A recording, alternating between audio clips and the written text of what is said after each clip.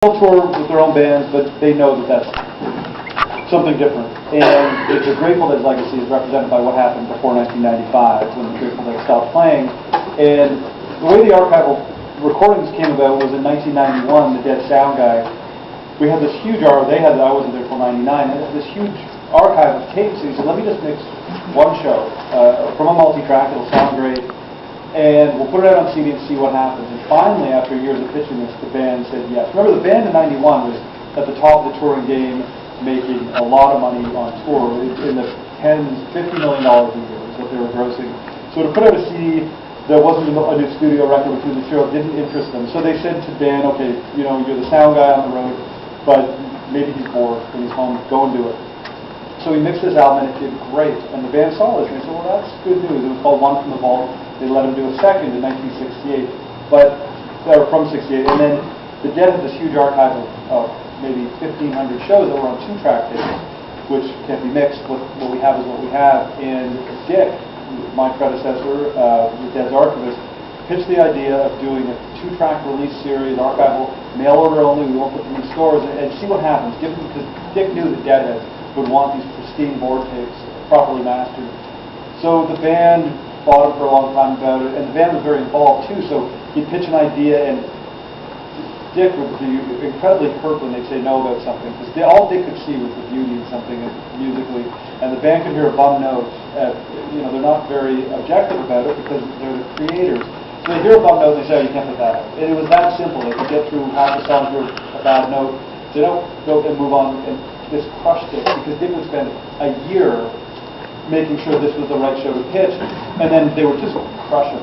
So they finally found the show that was the right one to do, and it did phenomenally well, and the band was just blown away by it. So then the second one, the band was a little less involved. By the third one, when they realized Dick really knows what he's doing, they decided all they're doing is making it a very inefficient process, slowing it down, saying no to what they reluctantly admitted were good shows.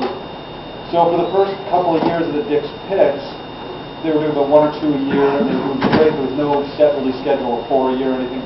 Then in 1995, Jerry died, and it went from this touring entity that had a full-time payroll of 50 people to nothing. So they didn't want to lay everyone off. They wanted to keep the production company going, and they knew that Deadheads wanted the legacy to continue. So they decided, you know, let's make the Dick's picks a consistent part of our year, and this is all we have. This is all we have to give Deadheads.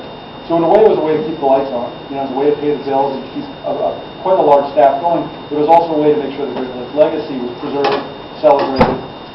So they got into the groove of doing 4 a year, to the point that then they started looking at the videos. That's when I came in around 99. They wanted the video collection catalog, and they decided, you know, we can start doing a video a year, maybe 2 a year. We've realized how many we have, which is quite a bit. We have some that also have multi-track audio that can do proper surround sounding.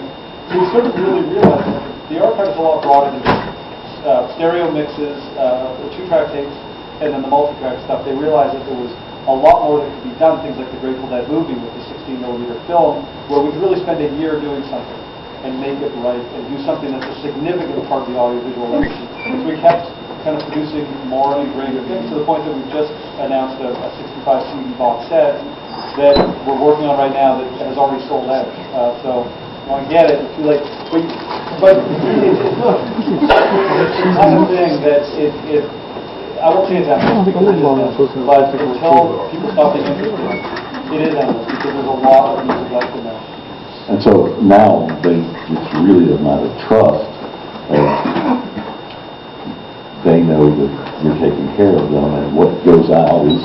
Yeah, you know, they don't listen that much to their own music, if at all, but we keep them very informed of what we're doing, and when we're releasing anything, we let them know well in advance. So if they have objections, and for some reason they remember that show we're thinking of doing was a horrible show, then they can nix it. And it hasn't happened yet, but we let them know, and if they want to hear it, we obviously say, well, we'll have you CD tomorrow. But it's really, they're also busy with their own bands, that they really don't have an interest in revisiting the past. They know that it's important to Deadheads, so that's why they kind of keep doing it, and Rhino Records enjoys doing it, they're good at it. But the band is extremely focused on what they're doing now. The band is coming through here, I think, for a week, right? In March, a couple of guys in the band. So Yeah, so, they're having fun, and then Mickey is getting ready for some stuff in 2011. Billy's out with his band, Seven Walkers, which we were just talking is one of our favorite things since Jerry died that any of these guys have done. So check out Seven Walkers if you can. They're a ton of fun. They pass, they're on Borderland tour sometimes. But anyhow, they're just focused on what they're doing.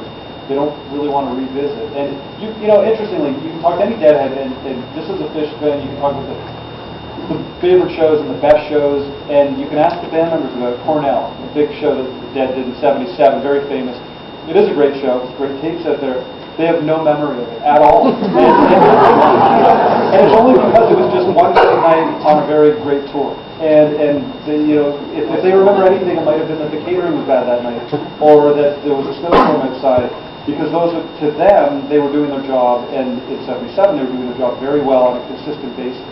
So to ask them about it, this Europe thing we're doing, if you ask them about the music, you'll get nothing out of it. But if you ask them about the adventure, you'll get great stories. And there are a lot of great stories about it, but they don't remember anything specifically about the music. So to any of us in here who are Deadheads, you can think of the Wembley Dark Star and the soaring jam it goes into. It's not even that they don't remember, it was just one night out of 2,500 shows they did. It was a blur to them, and it was certainly, I don't think it was the drugs, I think it was just that they were doing their job and doing it well. Do you find the same experience with crew members, or do they have a better sense of the same thing? Yeah, they'll remember, a promoter tried to stiff them. I remember once listening to a conversation between one of the Dead's drummers and Steve Miller. And they were talking about this venue they played in '68 in Lake Tahoe. They both, separately, but they played, and they just started riffing about how the promoter was trying to stiff them. And the same thing happened to Steve Miller the month before, which they only found out in 2006 when I talked about it. But they had this great story about, having to the promoter almost punched out the band, and it was just this crazy stuff. That's what they remember. They remember going skiing that day. Didn't remember the music at all. And it was such a good show. We released it on CD. It's this tremendous big pick. So it's the kind of stuff that I wasn't born in. So I don't remember. I remember going to shows, and I remember specific things that happened at Dead shows that I saw that they would have no memory. Well, I think now we start opening up some questions in the audience. We'll see if this one works.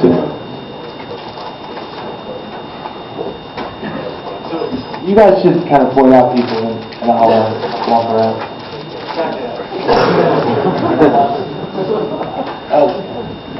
How you doing?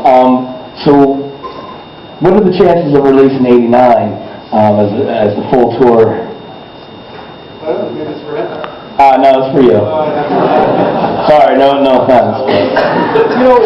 We have good multi-tracks. '89 is interesting that the Dead knew they were playing well, and they had a good knack for doing this. That either they owed the record company an album, so they would record multi-track, or they knew they were playing well. In '89, the band was all very clean. They were enjoying playing. They had new material. Brent, the keyboard player, was on fire in '89.